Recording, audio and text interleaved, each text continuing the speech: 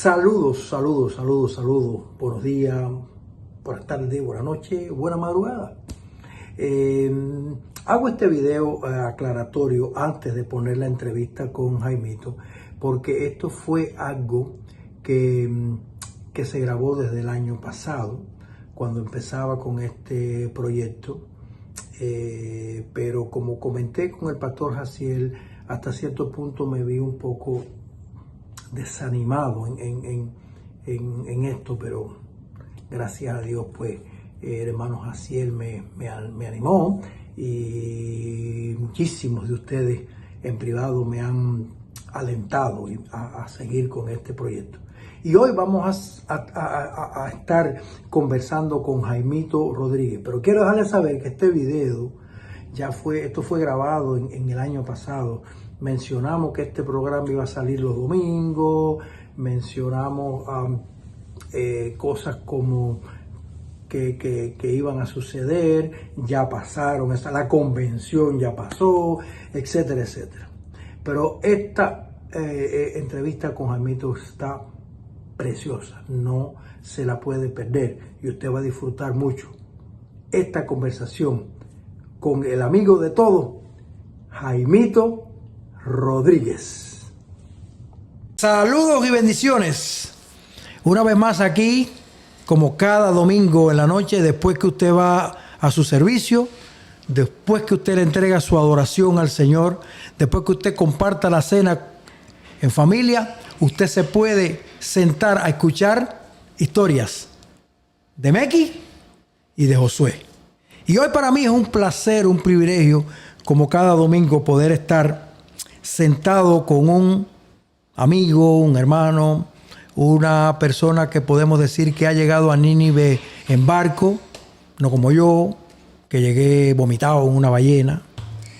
Pero yo creo que esta persona es amigo de todos, siempre dispuesto a poder dar la mano al que necesita. Su teléfono siempre está en la mayor disposición de responder, y si te puede ayudar y está en sus manos, él lo va a hacer.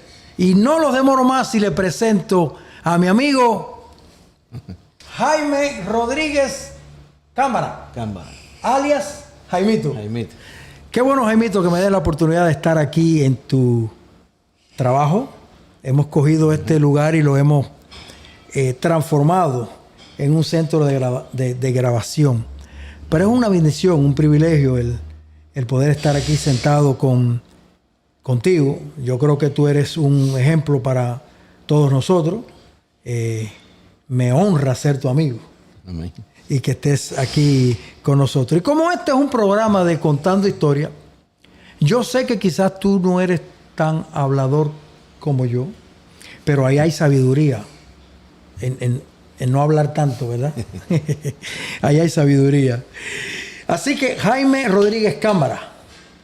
Amén. Tu padre, yo pienso que es que tú eres como una copia fiel a tu papá. Bueno, trata de es difícil. Es difícil. Yo sé que sí, los zapatos son bien altos. Sí. Pero es muy bueno. ¿Dónde naciste? Bueno, nací en Ciego de Ávila. Oh, en Ciego de Ávila. En Ciego de Ávila nací hasta los 10 años. Hasta los 10 años viviste en Ciego de Ávila. Es un lugar que siempre me siento feliz de decirlo. Donde quiera que estoy, soy avileño. Eres avileño. Sí.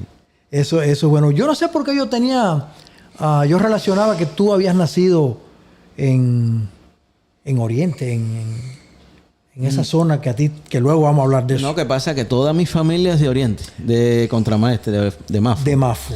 Entonces algunos me relacionan, mi papá, mi mamá y toda mi familia es de ahí. Es de Mafo. Mi papá ir a pastorear a Ciego de Ávila, por eso es que yo nazco en Ciego de Ávila. Ya. Y sí, mis vacaciones siempre en Mafo, pero soy avileño. ¿Tienes más hermanos? ¿O eres tú solo? 4 hermanos. Mis 3 hermanas y yo el único varón. Wow. Y el más pequeño. Pero tú eres el Benjamín de la familia. El más pequeño. El más pequeño. Qué bueno. ¿Y todos están ahora aquí en los Estados Unidos? Ya todos estamos, y llegaron recientemente los 2 sobrinos que nos quedaban. Wow. Visita y Matiel ya están todos acá. Entonces ya todos los Rodríguez están Sí, la familia cercana. por estamos acá, todos por acá. Qué bueno, Jaimito. Tu papá pastoreó varias iglesias, pero que tú traigas a tu memoria, ¿dónde empezó el ministerio de tu papá? A ver, que recuerde, porque no había nacido yo. Claro. Es por allá, por Jaruco y después Madruga, tengo entendido. Wow. Jaruco y Madruga, allá en La Habana. Que ahí nacieron mis hermanas. ¿Tu hermana Dorca? Lucy Lucy. y Noemí también. Y Noemí también. Vino pequeñita, acababa de nacer para Ciudad de Ávila. ¿Ellas son habaneras? Sí. O bueno, o por lo menos de la zona de La la Habana, zona de por allá. Ajá. Mira bien, entonces después llegaste tú ¿y cuándo fue para Ciudad de Ávila? ¿Anterior estuvo en Nuevita, creo? No. Después ya de Madruga fue a Ciudad de Ávila. ¿O de Madruga para Ciudad de Ávila? Sí. Y ahí nací yo y a los 10 años, yo teniendo 10 años, fuimos para Nuevita. Fueron para Cerca Nuevita. a los 11 años ya casi. Ya. Nuevitas hasta los 14 años. Wow. Y a los 14 ya entonces mi papá salió de pastor en Juan Cantares. Esa es una parte de tu vida importante, ¿verdad? Que sí. Cuéntame un poco de Juan Cantares, porque tú y yo también tenemos una historia en Juan Cantares. Sí. Aunque siempre digo, le doy gracias a Dios porque cada etapa fue buena. Muy bien. El Ciudad de Ávila era un niño, pero bien feliz, sobre todo en la parte espiritual. Bueno, ahora que yendo un poquito para atrás, vamos a quedarnos en la niñez. Porque yo soy hijo de pastor también. Y uno ha escuchado hijos de pastores que nos quejamos de que no nos entendieron, de que la congregación siempre nos criticaba, que la congregación, pues, tengo que ser honesto.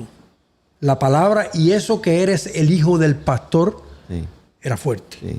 Era fuerte porque sí es verdad que éramos hijos del pastor, pero éramos imperfectos. Claro. Entonces, mi niñez como niño, o sea, hasta mi adolescencia, pues yo la viví en un seno pastoral espectacular. Sí. ¿Y tú? Igual.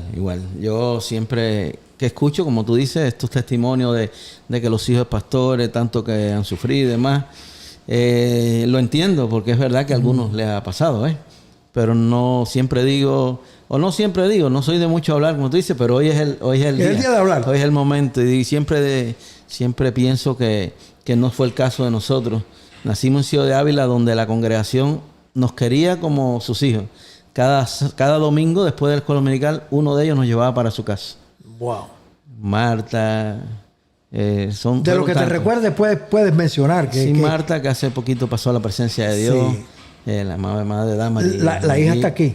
La hija, sí. Saludos, Damari. En esa casa pasaba yo los domingos, Irma, Telmo, aquella familia. Mirta, que era ella, hasta hoy sigue diciendo que es mi madrina. Me dormía todas las noches. Un amor tan grande que no puedo como que ponerme en la posición de que la iglesia me señalaba, no. Todos nos daban un cariño muy grande. La congregación de ciegos muy, muy especial. Después Nuevita, igual. Llegamos con 10 años, 11 años, igual. Allá era la familia de Fojo, Damari, Fojo, Irma, era su esposa. Ahí, esa casa era mi casa ahí, y todos los miembros de la iglesia igual. Siguen siendo gente muy querida por nosotros. Y después llegamos a Juan Cantares, ¿qué te puedo decir? Todavía sigue siendo, toda esa gente son mi familia.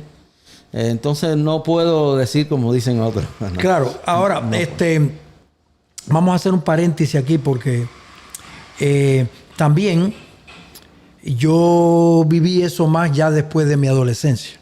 Exacto. O sea, después de mi adolescencia, por mis mismas malas decisiones. O sea, vamos a suponer que los miembros de la congregación no se expresaban bien con respecto a uno. Vamos a dar eso por sentado. Pero bueno, también vamos a reconocer que yo di motivo para que ellos tuvieran ese vocabulario, que a lo mejor, Jaimito, no tenían otro vocabulario. No sabían decir otra cosa. Y era muy aquello enfático, el decir, y eso que eres el hijo del pastor. Bien, dicho eso, vuelves a Ciego de Ávila y tienes contando una niñez. Yo no puedo decir lo mismo de Ciego de Ávila, pero si algo puedo decir y dar las gracias, y voy a aprovechar este momento para decirlo, para hacer este paréntesis, al pastor Ismael Rodríguez, mi amigo personal. Mío también. En un aniversario de la iglesia de Ciego de Ávila, que él es pastor, él me invitó. Sí, yo recuerdo. Y yo pude tener la oportunidad de, en esa iglesia, donde mis acciones, mientras mi padre fue pastor ahí en esa iglesia, no fueron las de un testimonio, wow, tremendo. Pero ¿sabes qué? Yo pude pararme en esa iglesia y pedirle perdón a la congregación. Entonces, ¿con qué me quedo? Con el que pude reconciliar mi vida con Dios, con el que tuve la oportunidad de pararme en esa misma iglesia y pararme con otra bandera y decir, sí, ofendí mucha gente, mi comportamiento no fue el mejor, barrí el ministerio de mi papá con mis acciones, pero ¿sabes qué? Aquí estoy como el hijo pródigo. Y le doy gracias al pastor Ismael. Y ya que tú mencionaste Ciego de Ávila, pues traigo ese pedacito a colación de que fue muy bueno. Yo pienso que es bueno señalar que los hijos de pastores en esa etapa fue una etapa bien difícil. Sí. No solo por la iglesia.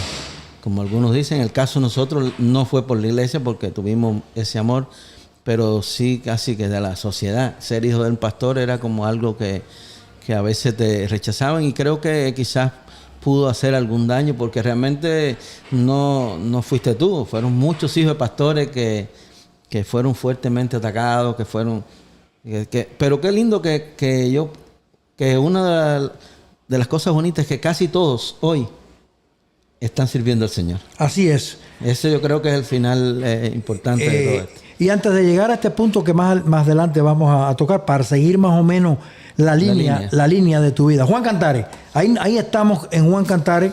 Ahí llegué con 14 años.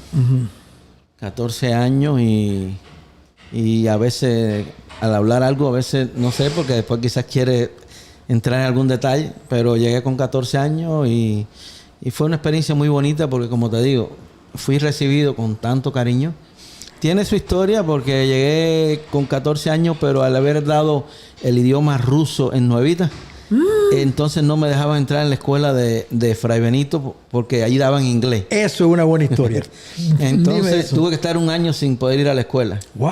Hasta que otra escuela que daba ruso yo pudiera entrar. Y ese año... Pero tú pareces ruso. Pues, no, yo prefiero parecer... La gente me dice me parezco americano. Americano, es mejor. es mejor así. Y aparte a este país le agradezco tanto. Qué bueno.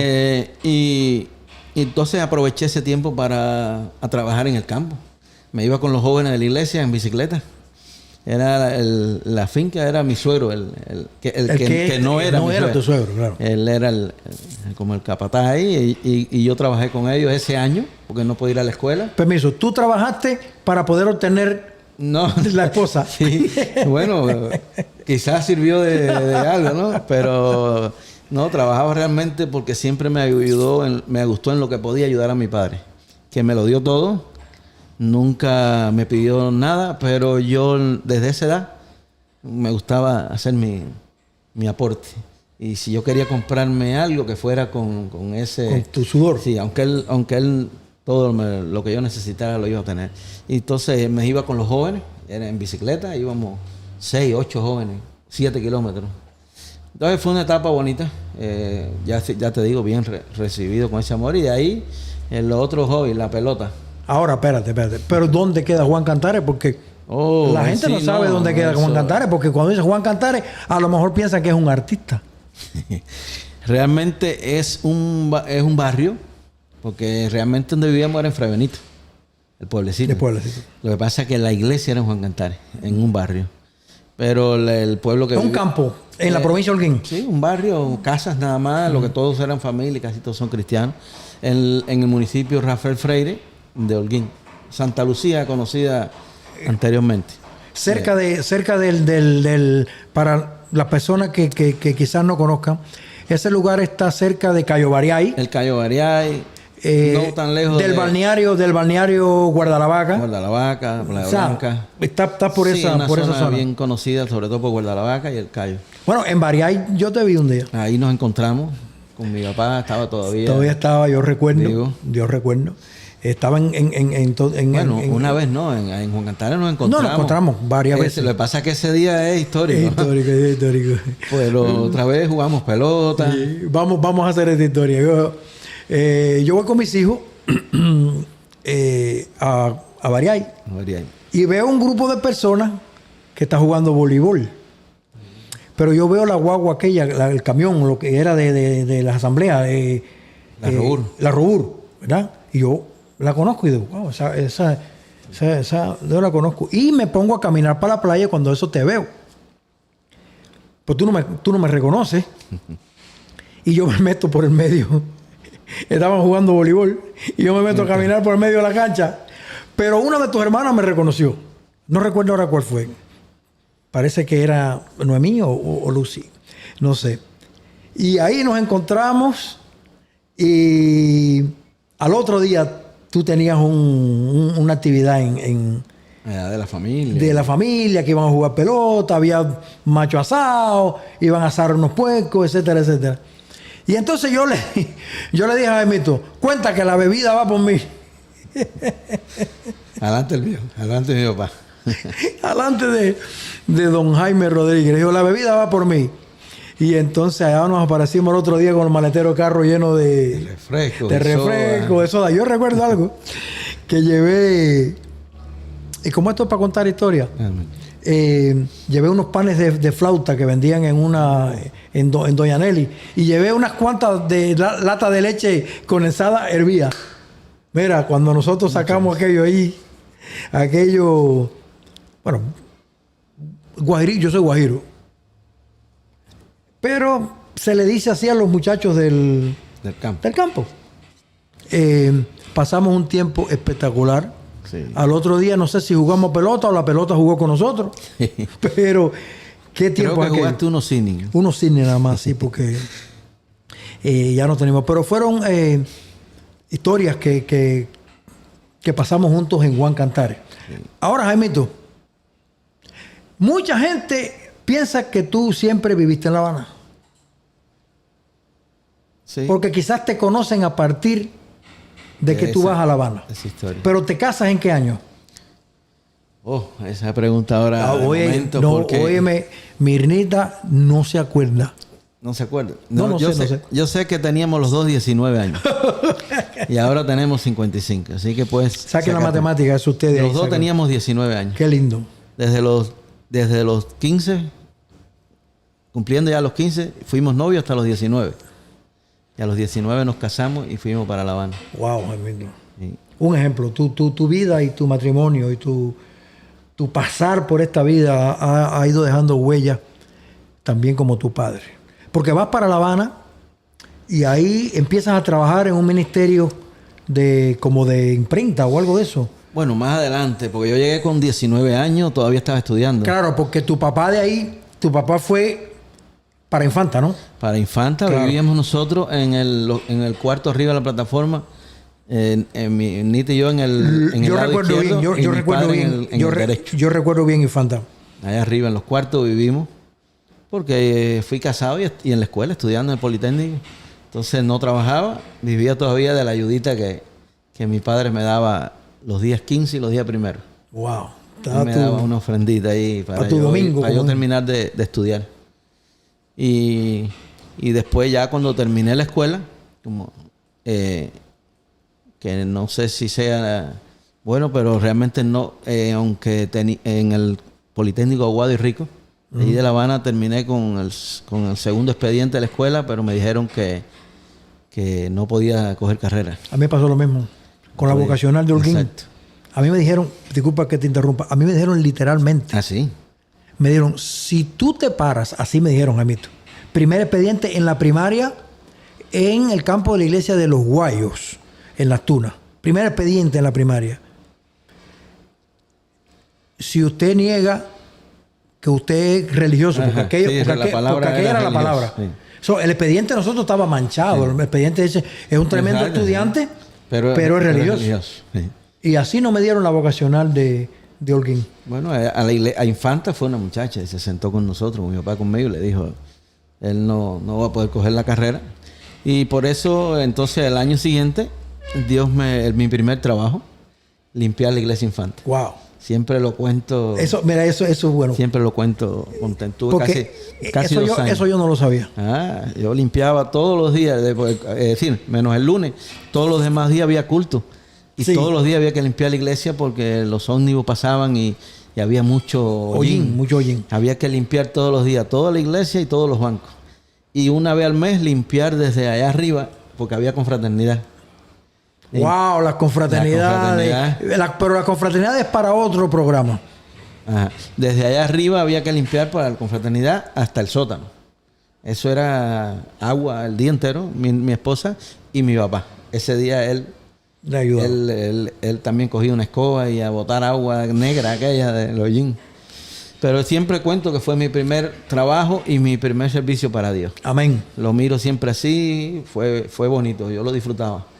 Porque yo veía que estaba sirviendo a Dios en algo y ahí empezó la historia de cómo fue mi primer trabajo y después que viene esa etapa que estás contando. Claro. Esa etapa realmente comienza, porque yo primero que eso tiraba pasajes en un carro. En un carrito. Un carro eso se llama me iba bien. Botear. Exacto, botear. En Cuba. Entonces me iba bien con eso. Yo a las 5 de la tarde estaba en mi casa con un dinerito y jugando fútbol frente a la calle, ahí en la calle.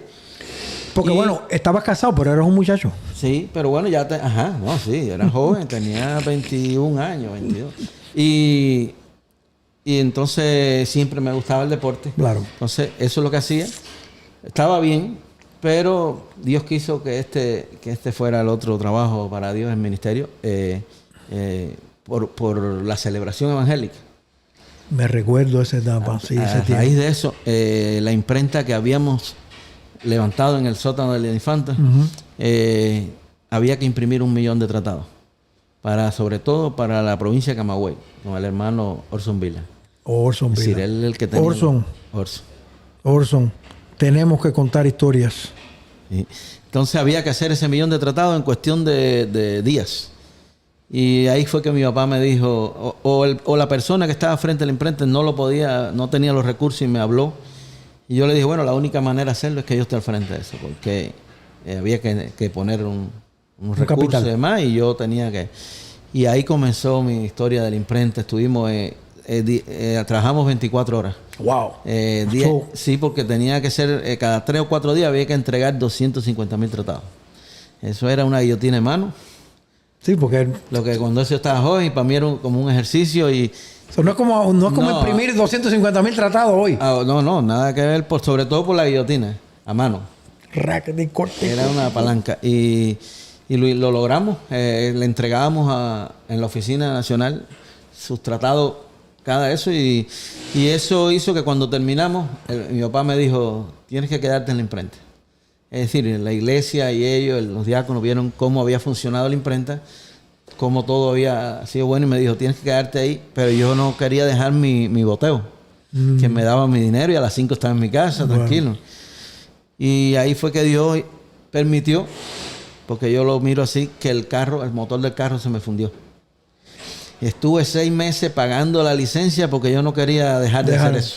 Yo decía, la imprenta lo hago, pero yo cuando venía y cuando iba tiraba un viajecito. Pero el carro se fundió y no había manera de arreglarlo. Tremenda señal. Hasta que a los 6 meses dije, ya, fui y entregué mi licencia. Me querían poner una penalidad porque decían que tenía que reportar y yo decía, no estoy trabajando. Y entonces digo, bueno, pues la entrego. Entregué la licencia y ya me dediqué completamente ahí en la Infanta. Estuve ahí un tiempo bastante largo hasta que se enfermó ya el hermano Albio. Albio García, la imprenta necesitaba de alguien y ahí fue que Herminio Pupo, alguien que siempre...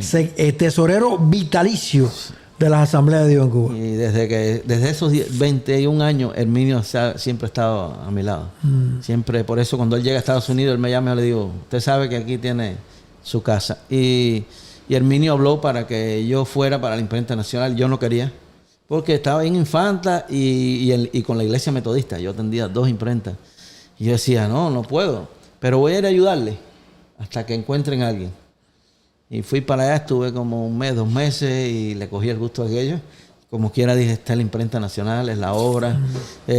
Todo también empezando desde Hunter a todo el ejecutivo, Alfredo Gómez, todos, Herminio, como dijimos, me dieron tanto apoyo, tanta confianza. Le dije, me quedo aquí. Ya seguí con la iglesia metodista también trabajando hasta el día que vine para acá, pero ya entré en la imprenta nacional y ya atendía no solo la imprenta, sino que después el hermano Eduardo González quiso que también yo asumiera la literatura. Oh, wow. Entonces no era solo imprimir, sino también era la literatura de toda la obra, el camión, comprarla, cargarla, distribuirla por todo el país. Pero es algo bien lindo para mí, esto siempre lo digo. Muchos en Cuba, incluyendo Eduardo, que Eduardo González. Fue mi amigo. Eduardo González, te veo pronto. Amén.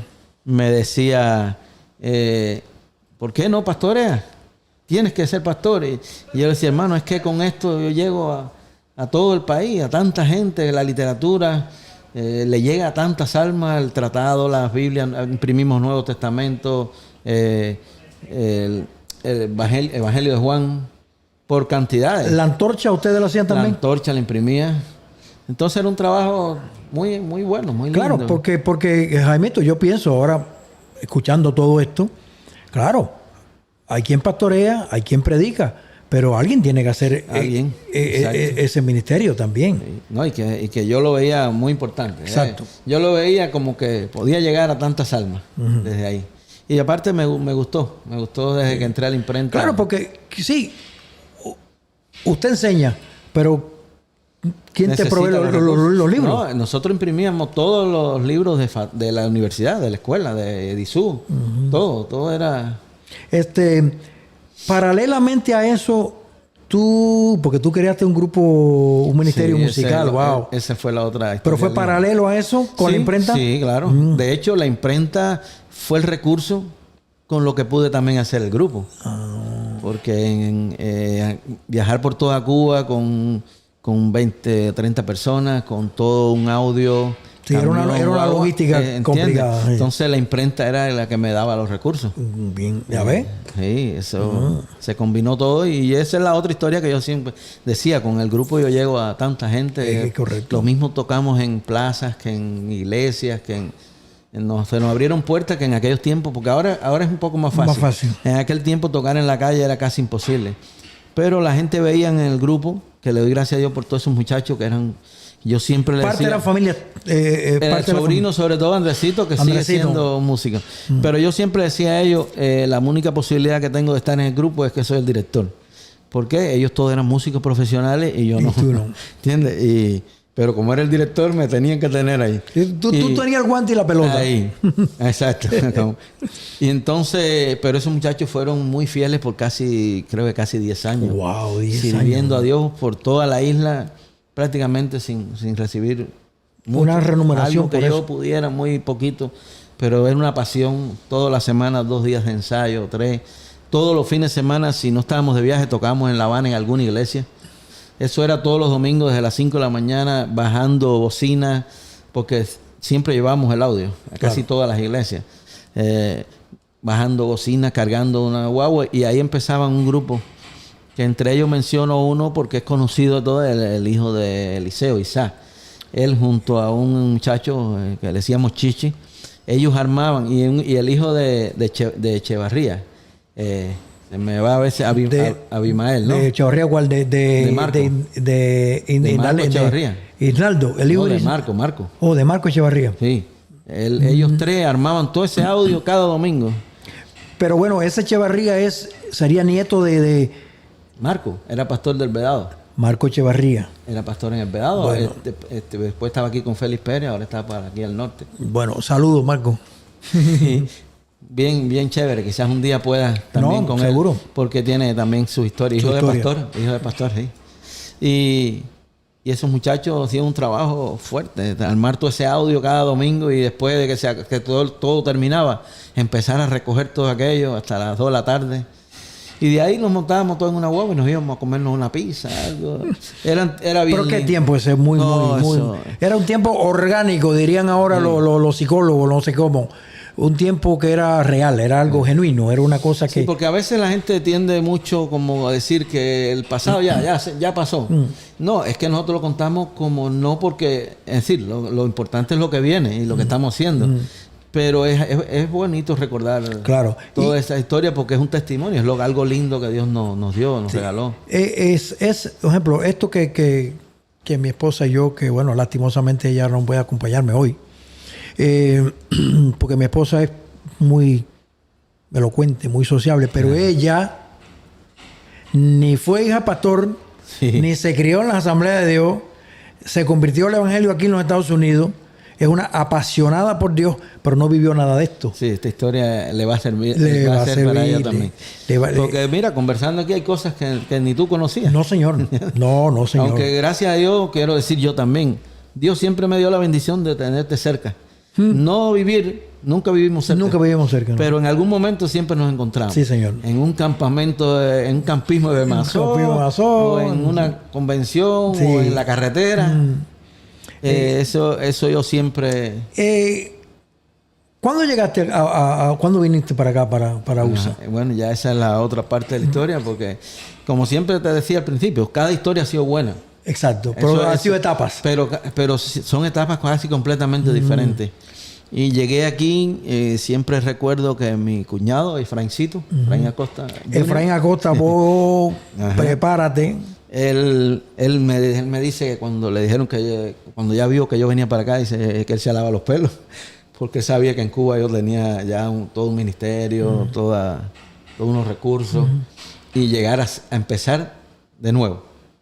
Era complicado y yo siempre, de hecho, en Ciudad Ávila, nunca olvido el último, creo que fue la última gira, la pastora en aquel momento me dio una palabra de parte de Dios y me dijo, ve tranquilo, que todo va a ir bien. Y yo siempre tuve esa palabra porque realmente era empezar de nuevo. Después de haber logrado ya, yo en la imprenta yo me iba para la parte de atrás arriba y eso es un campo allí, la parte de atrás, y yo miraba y decía, aquí me retiro. Ya logré, ya había logrado que la imprenta funcionara como yo quería, todo estaba hecho, cerca, patio, garaje. Y yo dije, ahora, aquí me retiro. Y ahora de momento empezar de cero. Nunca de cero, porque realmente yo creo que lo que, como nos enseña la Biblia, lo que sembramos tiene un fruto. Entonces, pensamos que empezamos de cero. No, ya la siembra venía. Venía recogiendo. Y creo que sí, que después si hay el tiempo y te digo, vas a darte cuenta que sí, la siembra también funcionó. Pero una característica en tu vida, todos recordamos el pasaje de cuando Dios le dice a Josué. Josué había andado con Moisés por todo el tiempo. So, Josué sabía las cosas que Dios había hecho a través de Moisés. Pero Dios le dice a Josué una cosa muy interesante y a veces se nos pierde la palabra esfuerzo. Sí. Esfuérzate y sé valiente. Sí. Dos cosas importantes. Entonces, esas son características que tú has tenido. A lo mejor para uno, la valentía de momento está condicionada porque el temor a algo desconocido que voy. Pero el esfuerzo... Eso es algo que frena a muchas personas. Pero el esfuerzo está ahí. El cambio. La disposición. A ver, vamos para adelante porque después es que Dios le dice, no temas ni desmayes porque Jehová tu Dios estará contigo donde quiera que vayas. Si hay una condición, ¿qué es lo que tengo que hacer? Esforzarme y ser valiente y que las palabras de este libro estén pendientes ahí. Si esa es la condición, vamos para adelante. Que no va a haber problema. Esa es la parte que le doy gracias a Dios por esa segunda parte, porque es la que nos da la tranquilidad, la confianza. Y de hecho, como hablas de Moisés, tuve a mi padre y a mi madre, porque eran juntos, que como mencionaste al principio, nos dieron una enseñanza, pero que al llegar aquí, en ese primer año, ya perdí a mi padre. Claro. Me queda mi mamá, gracias a Dios, hasta el día de hoy. Pero comencé aquí de cero y sin mi padre. Aunque tuve muchos que han sido casi como padres. Sí, tengo legal, gracias a Dios por eso. Por pastores como Daniel Hernández, que lo tengo que mencionar porque ese ha sido clave en mi vida, en esta parte de la historia. Imagínate que ahora tú mencionas a Daniel Hernández. Cuando yo llegué a este país, y como esto es contando historia, Ajá. Cuando yo vengo por el aeropuerto, que yo salgo ya aquí en el aeropuerto de Miami, salgo y está el bulto de gente ahí esperando a los familiares, oigo una voz que dice, Josué Rojas, ¿y qué tú haces aquí? ¿Sabe quién era? Daniel Hernández, que estaba esperando un familiar que venía conmigo. Y yo también aquí cuando llegué, Daniel Hernández me dio la mano, brother. El primer carrito que yo me compré en este país, el dinero me lo prestó Daniel Hernández. Creo que sí, por lo menos hijos de pastor y pastores y demás, todos hemos tenido algo que ver con...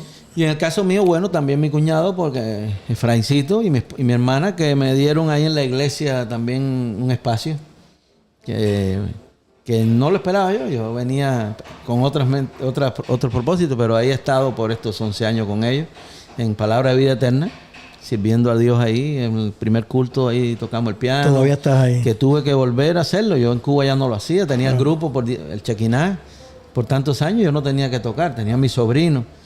Entonces ahí me sirvió porque ahí pude como que otra vez renovar un poquito Déjame decirte algo. Para que no te guste hablar, ha sido espectacular. Espectacular. Sí. Porque ahora... Es que son temas que hacen hablar... Esto es para horas, déjame decirte. Sí. Porque uno, conversando, se acuerda de situaciones. Pero ya que estás en los Estados Unidos, yo recuerdo que tú tuviste la iniciativa de hacer una convención de las Asambleas de Dios en el exilio. Sí. ¿Cómo te surge eso? Esa es de las historias lindas de esta etapa. Una de las cosas bonitas de esta etapa es esa. Algunos me dijeron que muchos lo habían intentado, pero que no se había logrado nunca. Es decir, no se había logrado porque quizás no todo el mundo no apoyaban la idea. Porque creo que Diego mismo era Diego Perna, que es otra mención aquí. Sí, otra mención ahí.